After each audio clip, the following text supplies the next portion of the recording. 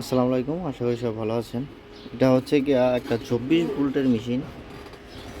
তো যারা এই ট্রান্সফর্মার চিনেন, আমাদের 2500-এ যারা আছেন তারা সম্ভবত আমাদের এই ট্রান্সফর্মার চিনেন আর হইতে পারে।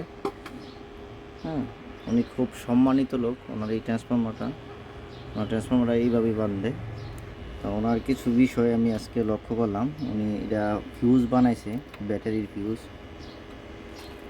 এই অনেক কিছুই ওনার কাছ থেকে আমার শেখা হয়েছে, বা অনেক কিছু ওনার কাছ থেকে আমি জানি। ওনার মেশিনগুলো আমার কাছে আসলেই ভিন্ন ধরনের অভিজ্ঞতা হয় আর কি। তো পিছনের সকেট কিন্তু উল্টা না, এটা কিন্তু উল্টা লাগানোর সিস্টেম আসছিল, কিন্তু উল্টা লাগায় নাই। এটা কিন্তু ঘুরে লাগাইতে পারতো, লাগায় নাই। তো উনি খুব সম্মানিত লোক, আমাদের বড় ভাই। তো আমি এটাতে একটা আইপিএস মাদারবোর্ড সেট করে দিচ্ছি। এটা হচ্ছে 12 ভোল্ট 24 ভোল্ট দুটো রেডিটেড, খুব ভালো একটা বোর্ড। এটা জেকে সুকাম কোম্পানির হ্যাক্স ফাইলটা আমরা নিজেরাই রাইট করে ফাইলটা চালাই। মোটামুটি ভালো রেজাল্ট। বাকুর মাধ্যমে 24 ভোল্ট থেকে 12 ভোল্ট করে কনভার্টার করে মাদারবোর্ডটা রান করা।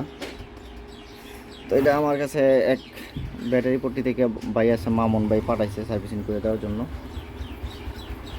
এখন এটা কমপ্লিট। এই যে আমাদের ব্যাটারিটা এখন চার্জ হচ্ছে, ইউপিএস রানে আছে এখন। হ্যাঁ, ইউপিএস রানে আছে। এই যে ব্যাকআপ মোডে এটা কিন্তু ডিসচার্জ একবারই কম হচ্ছে। লোড ক্যাপাসিটি হচ্ছে গিয়া এই যে আমাদের 52 এম্পিয়ার।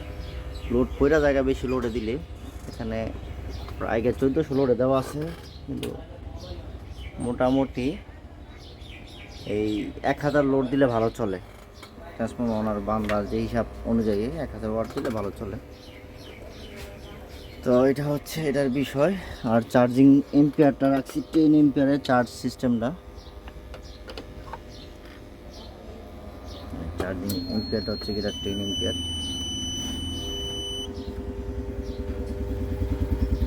চার্জ হচ্ছে। 10 এম্পিয়ার চার্জ। তো আলহামদুলিল্লাহ এটা সাকসেস, ভালোভাবে রান হচ্ছে, ভালোভাবে চলতেছে।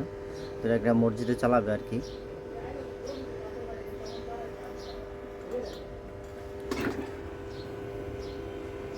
সবাইকে অসংখ্য ধন্যবাদ আমার এই ভিডিও দেখার জন্য।